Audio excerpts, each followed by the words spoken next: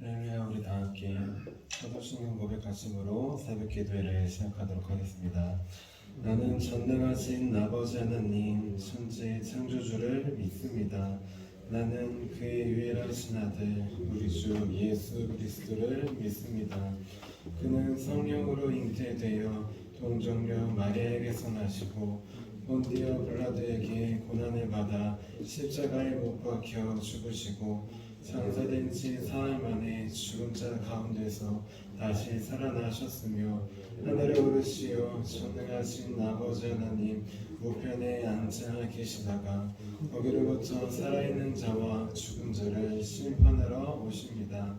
나는 성령을 믿으며 거룩한 공교회와 성도의 교제와 죄를 용서받는 것과 몸의 부활과 영생을 믿습니다. 아멘. 네, 우리 함께 찬송가 151장 만왕의 왕 내 주께서 함께 찬양하도록 하겠습니다. 찬송가 151장 만왕의 왕 내 주께서입니다.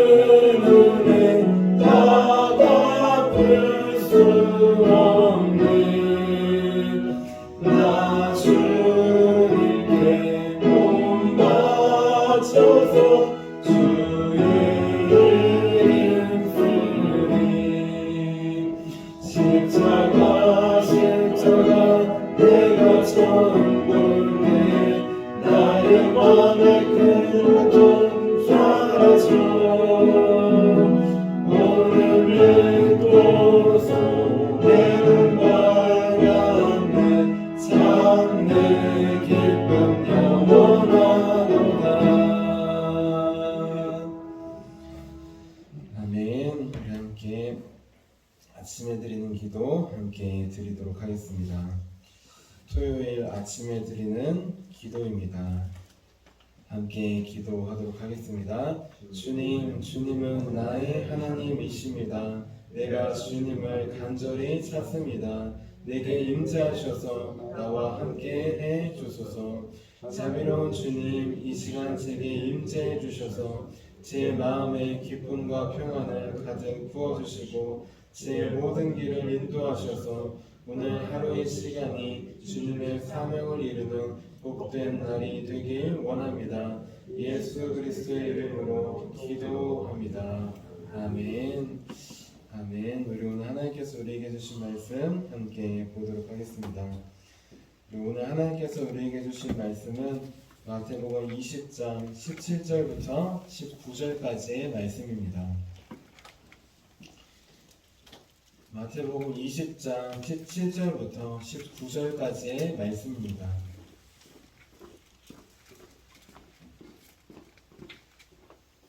네, 한마음 한목소리로 17절부터 19절까지 함께 봉독하도록 하겠습니다. 예수께서 예루살렘으로 올라가려 하실 때에 12 제자를 따로 데리시고 길에서 이르시되 보라 우리가 예루살렘으로 올라가노니 인자가 대제사장들과 서기관들에게 넘겨짐에 그들이 죽이기로 결의하고 이방인들에게 넘겨주어 그를 조롱하며 채찍질하며 십자가에 못 박게 할 것이나 제3일에 살아나리라. 아멘. 주님의 말씀입니다. 아멘. 제가 기도하도록 하겠습니다. 살아계신 주님, 오늘도 우리에게 찾아오시는 주님을 기대합니다. 목마른 사슴이 시냇물을 찾기에 갈급한 같이 우리 영혼이 주님을 찾기에 갈급한 마음으로 이 시간 나왔습니다. 이 자리에 있는 것, 말씀을 나누고 듣는 것 당연한 것 아님을 깨닫게 하여 주셔서 오늘도 주님께서 주시는 새로운 말씀으로 새로운 은혜로 하루를 시작할 수 있도록 하루를 승리할 수 있도록 우리를 도와주시옵소서. 오늘도 내 의와 공로가 아니라 오직 주님의 말씀을 의지하기를 사모하며 살아계신 예수님의 이름으로 기도합니다. 아멘. 우리 오늘도 내 힘과 의가 아니라 오직 주님의 은혜로 하루를 시작하기 위해 이렇게 새벽 기도에 나오신 우리 성도님들을 주님의 이름으로 환영하고 축복합니다. 어제는 은혜로 일해야 하는 이유라는 제목으로 함께 말씀을 나눴어요. 오전 6시에 일하는 사람, 그 사람은 처음에 일할 때는 자격 없는 자신을 품꾼으로, 일꾼으로 불러주신 주님의 은혜를 의지해서 일한다고 하였습니다. 하지만 어느새 오전 9시에 늦게 다른 일꾼들이 들어오면 하나님을 바라보고 주인을 바라보고 그 은혜를 바라보는 게 아니라 사람을 바라본다고 하였어요. 그래서 주인의 은혜가 아니라 저 사람은 나보다 늦게 들어왔네, 내가 저 사람보다 낫네 라는 자기의 의와 노력과 공로를 더 바라보고 의지한다고 하였습니다. 그래서 안타깝게도 은혜로 먼저 받는 구원의 선물을, 구원의 결과를 마지막에 받게 되는 나중된 자가 된다고 하였습니다. 그래서 이제부터는 자격 없는 우리를 구원해 주시고 하나님의 일꾼으로 삼아 주시고 직분을 주신 주님의 은혜, 그 은혜를 항상 기억하자고 하였습니다. 항상 마음을 새기자고 하였어요. 그래서 먼저 된 자로서 나중된 자가 아니라 먼저 된 자로서 먼저 삼아 주신 이유, 하나님 아버지의 마음을 알아서, 뜻을 알아서 아직 주님을 믿지 않는 자들에게 그 주님의 은혜를, 구원을 전하는 참된 주님의 자녀로 살아가는 저와 여러분이 되자고 하였습니다. 우리 이어서 오늘은 예루살렘으로 올라가신 이유라는 제목으로 함께 말씀을 나눌게요. 제목을 함께 따라해 보겠습니다. 예루살렘으로 올라가신 이유. 우리 오늘 말씀을 보면 예수님께서 제자들에게 예루살렘으로 올라가실 때 자기의 순환과 죽음에 대해서 말씀해 주십니다. 예수님은 성경에 보면 총 3차례 정도로 십자가의 고난과 순환과 죽음에 대해서 제자들에게 알려주셨어요. 첫 번째 순환은 언제 알려주셨을까요? 첫 번째는 베드로가 위대한 신앙 고백을 한 다음에 알려주셨습니다. 베드로가 주는 그리스도시요 살아계신 하나님의 아들이십니다 라고 고백한 다음에 잘하였도다, 하나님께서 알려주신 그 은혜를 칭찬하고 또 하나님께서 알려주신, 깨닫게 해주셨다는 것을 전한 다음에 그 귀한 고백 다음에 갑자기 예수님은 십자가의 고난과 죽음을 이야기하십니다. 우리 함께 마태복음 16장 21절 말씀 같이 한번 읽어볼게요. 우리 성경책을 앞으로 조금 넘기셔서 같이 읽도록 하겠습니다. 마태복음 16장 21절 말씀입니다. 우리 첫 번째 순환 예고 같이 한번 읽어보도록 할게요. 같이 읽겠습니다. 시작. 이때로부터 예수 그리스도께서 자기가 예루살렘에 올라가 장로들과 대제사장들과 서기관들에게 많은 고난을 받고 죽임을 당하고 제3일에 살아나야 할 것을 제자들에게 비로소 나타내시니. 아멘. 제자들이 베드로가 신앙 고백을 한 다음에 그 다음부터 예수님께서 바로 십자가의 죽음과 부활에 대한 비밀을 알려주셨습니다. 그 전에 지금도 당연히 알지 못하지만 그 전에는 듣고도 알 수 없는 말씀이었어요. 하지만 이제 그 신앙 고백을 하자 예수님은 비밀에 대해서 알려주셔요. 물론 제자들은 베드로는 이 말씀을 받지 못했습니다. 죽은 사람을 부활하여 주시고 죽은 사람을 살려주시는 것은 맞지만 죽은 사람이 스스로 살아난다, 부활한다, 이것은 창세 이후로 지금까지는 한 번도 본 적이 없는 것이에요. 우리가 본 적이 없고 경험한 적이 없는 것은 우리가 감히 상상할 수가 없습니다. 그런 사건과 그런 일을 들었을 때 우리는 그것이 무엇인지 이해하는 것을 넘어서 그것을 생각할 수조차 없어요. 십자가의 죽음과 부활이 바로 그런 사건이었습니다. 절대로 듣긴 들었지만 무슨 이야기인지 도저히 알 수가 없는 사건이었어요. 그래서 베드로는 첫 번째 죽음과 부활의 말씀을 듣고 예수님의 멱살을 잡습니다. 그게 무슨 소리냐고. 그러면 안 되신다고. 우리는 다 버리고 따랐는데 그럼 이제 어떻게 하냐고. 이렇게 예수님의 멱살을 잡고 그 말씀을 거부했어요. 첫 번째 죽음과 부활에 대한 말씀을 들었을 때 인간이 감당할 수 없는 말씀입니다. 그래서 제자들은 들었지만 그 말씀을 거부합니다. 그럼 두 번째 들었을 때는 어땠을까요? 우리 두 번째 십자가의 죽음과 부활은 언제 말씀하셨느냐? 바로 변화산에서 예수님께서 영광스러운 모습으로 변화되고 난 다음에 말씀을 주셨어요. 영광스러운 모습으로 변화되고 모세와 엘리야와 더불어 말씀하셨습니다. 성경을 자세히 보면 무슨 말씀을 하셨냐? 예루살렘으로 올라가 고난받고 죽음 당하실 것, 그거에 대해서 말씀하셨다고 해요. 그리고 내려와 귀신 들린 아이를 고쳐준 다음에 그 다음에 비로소 두 번째로 십자가의 죽음과 부활에 대해서 말씀해 주십니다. 우리 17장 마태복음 17장 22절 23절 말씀 함께 읽어볼게요. 17장 22절 23절입니다.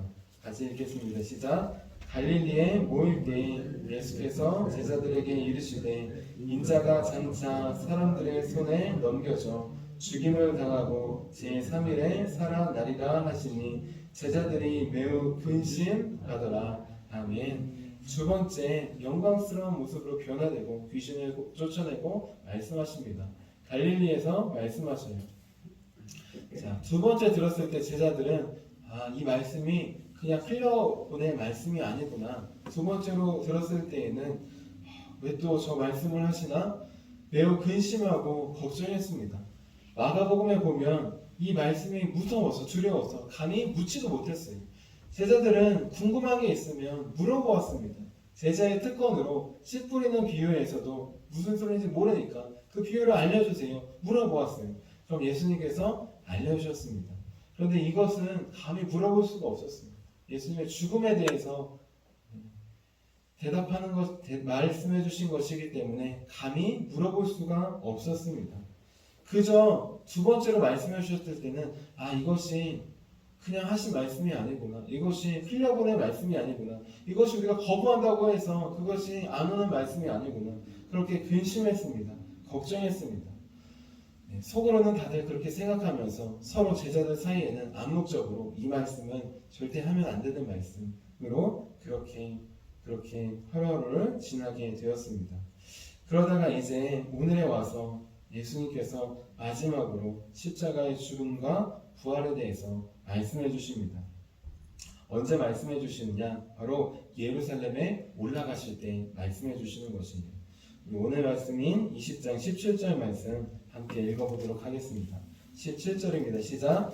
예수께서 예루살렘으로 올라가려 하실 때 12제자를 따로 데리시고 길에서 이르시되. 아멘. 예수님께서 예루살렘을 마지막으로 올라가실 때입니다. 이 올라가시는 거 왜 올라가시느냐? 많은 사람들은, 제자들은 예수님의 동생들까지 유월절을 지키러 올라가요. 유월절에 예루살렘에 가서 예배를 드리려고 올라갑니다. 어떻게 보면 유월절 큰 명절이에요. 우리나라의 설날과 추석처럼 민족 대대의 명절입니다. 모든 사람들이 그 명절에 기쁜 마음으로 즐거운 마음으로 소망을 가지고 나아가요. 하지만 예수님께서 예루살렘으로 올라가시는 이유는 무엇이냐?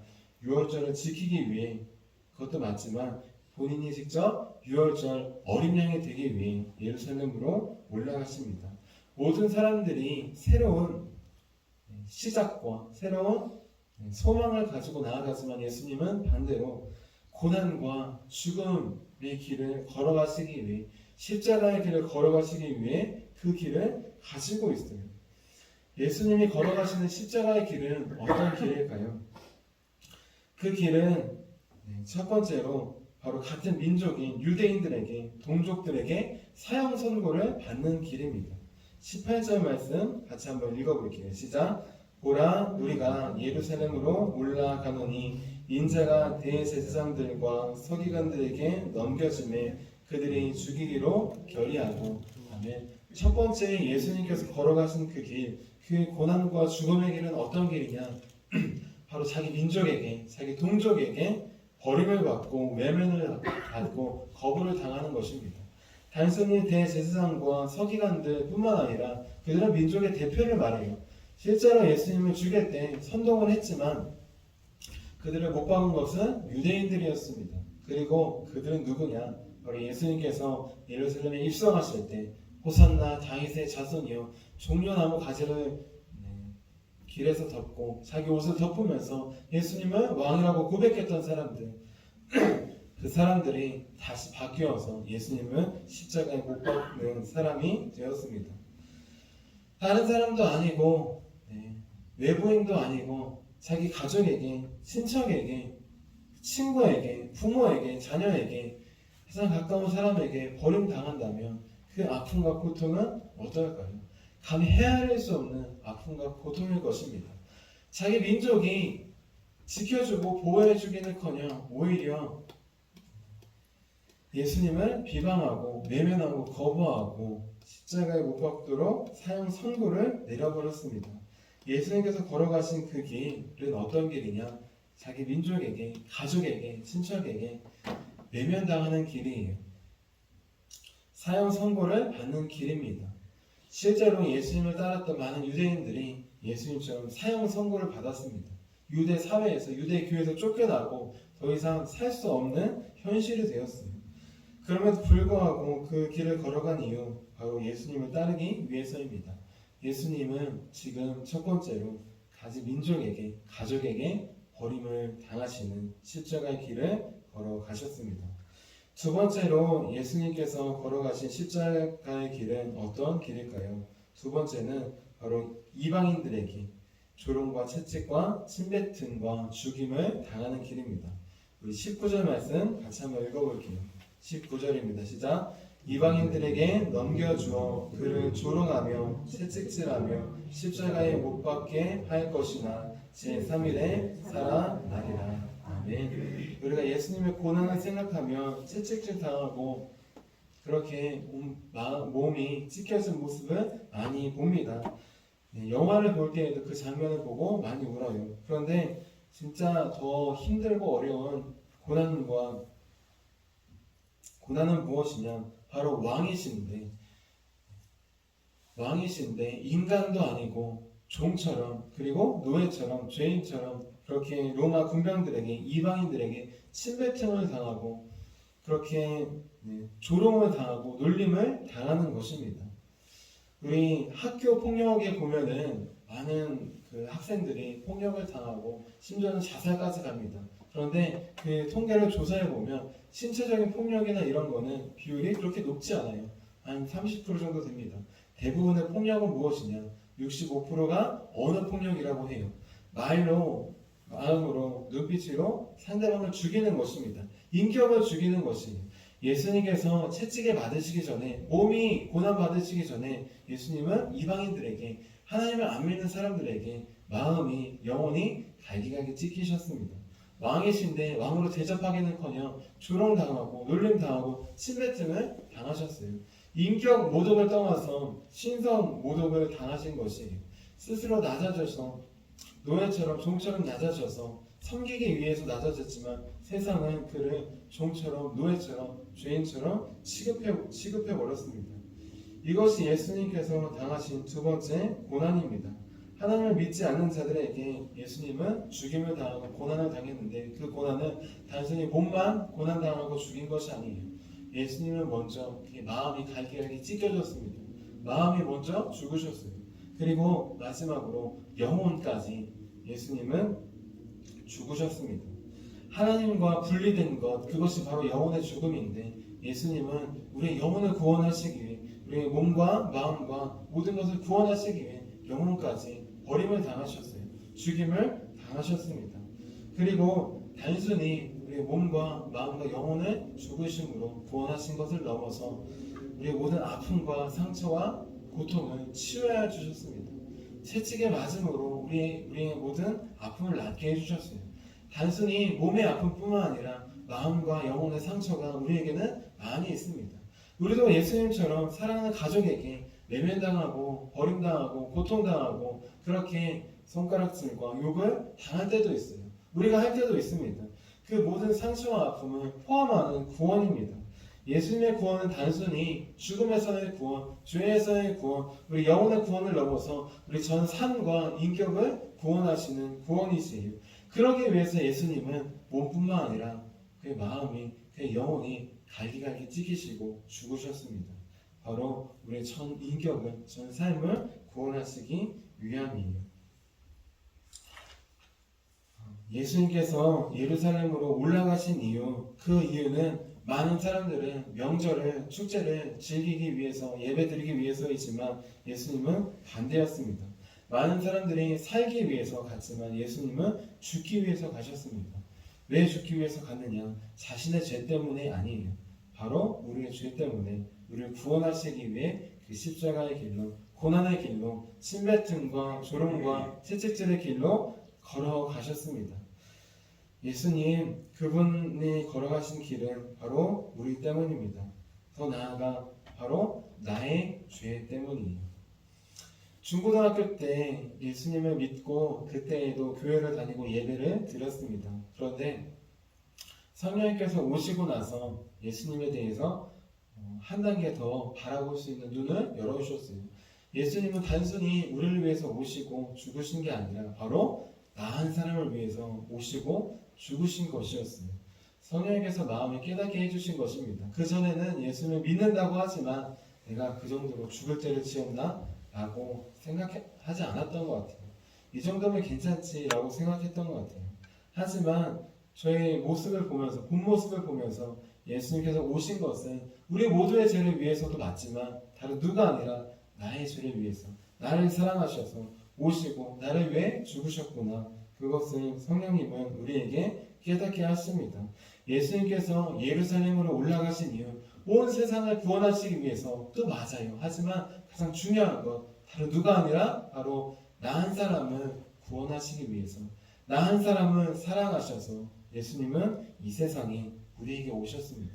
그리고 나 한 사람을 구원하시기 위해서 십자가의 고난과 채찍과 조롱과 침뱉음을 견디시고 그 나무에 달려 죽임을 당하셨습니다. 나무에 달린 자마다 저주를 받는다고 하셨는데 예수님은 우리가 받아야 할 저주와 죄와 죽음을 모두 당하셨어요. 왜 당하셨느냐? 다른 누가 아니라 나를 위해서입니다. 나 한 사람을 위해서입니다. 예수님께서 예루살렘으로 올라가신 이유, 다른 누가 아니라 바로 나 한 사람을 구원하시기 위해서 올라가셨습니다. 그 예수님께서 나 한 사람을 다시 살리시기 위해서 부활하십니다. 우리 오늘 말씀인 19절 말씀 다시 한번 읽어볼게요. 19절입니다. 시작. 이방인들에게 넘겨주어 그를 조롱하며 채찍질하며 십자가에 못 박게 할 것이나 제3일에 살아나리라. 아멘. 우리 제자들은 예수님께서 부활하신 다음에 부활을 전했습니다. 예수님께서 부활하셨다. 그 말씀대로 3일 만에 살아나셨다. 그 부활의 소식을 전했어요. 그런데 성령님을 받고 오순절 나가의 다락방에서 성령님을 받고 난 다음에는 어떻게 바뀌었냐? 선포한 것으로 끝나지 않고 그 십자가의 길을 걸어갔습니다. 따라갔어요. 그 십자가의 길로, 죽음의 길로 걸어갔습니다. 왜냐하면 그 길을 통해서 참된 부활을 얻을 수 있기 때문이에요. 예수님의 십자가 부활 그냥 개념적이고 이론적이고 그냥 우리 모두를 위한 뭉뚱그런 것이 아니라 사도들은, 제자들은 그 십자가가, 부활이 바로 나 한 사람을 위해서 죽으시고 부활하신 것을 깨달았기 때문입니다. 성령님께서 알려주셨기 때문입니다. 예수님께서 예루살렘으로 올라가셨습니다. 그 십자가의 길을 다시 한번 돌아보기 원합니다. 그 길은 무엇이냐? 모든 사람들이 영광의 길, 호산나의 길을 바라보지만 예수님은 그 다음에 있는 고난과 죽음과 부활의 길을 바라보셨습니다. 그 길을 걸어가신 이유 다른 누가 아니라 나 한 사람을 위해서, 나 한 사람을 다시 살리시고 구원하시기 위해서, 내 모든 아픔과 상처와 고통을 대신 지시고 죽으시기 위해서, 그러므로 우리를 다시 살리시기 위해서 올라가셨습니다. 이제 날 위해 걸어가신 그 십자가의 길을 바라보기 원합니다. 그리고 사도들처럼 함께 걸어가기 원합니다. 따라가기 원합니다. 그래서 주님께서 십자가의 고난과 죽음을 넘어서 끝이 아니라 부활을 보여주신 것처럼, 부활을 우리에게 주신 것처럼 우리도 날마다 나는 죽고 주님으로 다시 살아나는 참된 부활의 길을 함께 걸어가는 저와 여러분이 되시기를 주님의 이름으로 축원합니다. 이제 기도하도록 하겠습니다. 살아계신 주님, 모든 사람들이 축제를, 명절을 즐기기 위해 예루살렘으로 올라갔습니다. 하지만 주님은 홀로 십자가의 고난과 채찍질과 조롱과 침뱉음을 견디고 또 나무에 달려 저주를 받고 내 몸과 마음과 영혼이 갈기갈기 찢기면서 죽으시기 위해 그 길을 올라가셨습니다. 바로 다른 누가 아니라 나를 구원하시기 위해 내 몸과 마음과 영혼을, 내 아픈 상처와 고통과 아픔을 치유하시기 위해, 완전히 고치시기 위해 걸어가신 주님, 죽으신 주님, 그 주님을 바라봅니다. 그리고 죽음이 끝이 아니라 다시 살아나는, 부활하는 부활의 생명을 보여주시기 위해 그 길을 걸어가신 주님을 바라봅니다. 이제 날 위해 죽어주셨으니 그 죽음을 마음에 새겨서 날마다 죽여주시는 새로운 생명으로 다시 살아날 수 있도록 도와주시옵소서. 우리도 주님과 함께 십자가의 길로 걸어가서 나는 죽고 내 안에 계신 예수님만 살아나는 귀한 부활의 역사가 일어날 수 있도록 도와주시옵소서. 그래서 예수님 한 분을 통해 내가 다시 살아났던 것처럼, 우리 가정이 다시 살아났던 것처럼, 우리 교회가, 지역이, 나라와 민족이 다시 살아났던 것처럼 우리 삶을 통하여서, 십자가의 길을 통하여서 우리가 만나는 사람들이, 우리 가정이, 교회가, 우리 지역과 나라 민족이 주님과 함께 다시 살아나는 귀한 부활의 역사가 일어날 수 있도록 도와주시옵소서. 오늘도 묵묵히 예루살렘으로 십자가를 지고 걸어가신 주님, 그 길을 따라가기를 소망하며 살아계신 예수님의 이름으로 기도합니다. 아멘. 우리 함께 주기도문 하도록 하겠습니다. 하늘에 계신 우리 아버지의 이름을 거룩하게 하시며 아버지의 나라가 오게 하시며 아버지의 뜻이 하늘에서와 같이 땅에서도 이루어지게 하소서. 오늘 우리에게 일용할 양식을 주시고 우리가 우리에게 잘못한 사람을 용서해 준 것 같이 우리의 죄를 용서하여 주시고 우리를 시험에 빠지지 않게 하시고 악에서 구하소서. 나라와 권능과 영광이 영원히 아버지의 것입니다. 아멘. 아멘. 우리 함께 선교 사역을 위해서 함께 기도하도록 하겠습니다. 우리 함께 선교 사역을 위해서 함께 기도할 때 우리 오늘 오후에 중고등부 예배와 저녁에 청년부 예배가 있습니다. 우리 중고등부와 청년부와 또 유초등부 다음 세대들이 십자가의 죽음과 부활이 다른 누가 아니라 바로 나를 위한 죽음과 부활이었음을 예배를 통해 깨닫는 시간 될 수 있도록, 그 길을 따라가는 시간이 될 수 있도록 함께 기도해 주시기를 바랍니다. 우리 함께 선교 사역을 위해서 함께 기도하도록 하겠습니다. 하나님 아버지, 이준구 목사님과 조재 사모님에게 건강과 지혜를 주옵소서. 목사님께 선교의 은사, 구제의 은사, 전도의 은사, 섬김의 은사를 풍성하게 주옵소서. 목사님께 물권, 영권 풍성케 하사 하나님의 선교 사명을 능히 이루게 하옵소서. 목사님의 말씀을 통해 선교사들과 전도자들이 양성되고 교육되어 파송되게 하옵소서. 목사님을 통해 화도시온 교회가 강화 지역을 복음과 사랑으로 능력 있게 섬기게 하시고 강화 지역을 거룩하게 변화시키는 하나님의 공동체가 되게 하소서. 목사님을 통해 믿음의 어린이, 믿음의 청소년, 믿음의 청년, 믿음의 청장년, 믿음의 남성, 믿음의 여성들을 계속 일으켜 세우게 하시고 모든 세대가 함께하는 튼튼한 신앙 공동체를 이루게 하소서. 목사님을 통해 화도시온 교회 모든 성도가 기도의 일꾼, 전도의 일꾼, 양육의 일꾼, 봉사의 일꾼들로 변화되고 양육되게 하소서. 화도시온 교회가 대한민국을 거룩하게 만들고 통일을 앞당기며 모대한 육대주를 변화시키는 선교 공동체로 부흥케 하옵소서. 아멘. 아멘. 오늘 우리에게 주신 말씀을 기억하시면서 두 손 드시고 주님의 이름 세 번 부르시고 기도하도록 하겠습니다. 주여, 주여.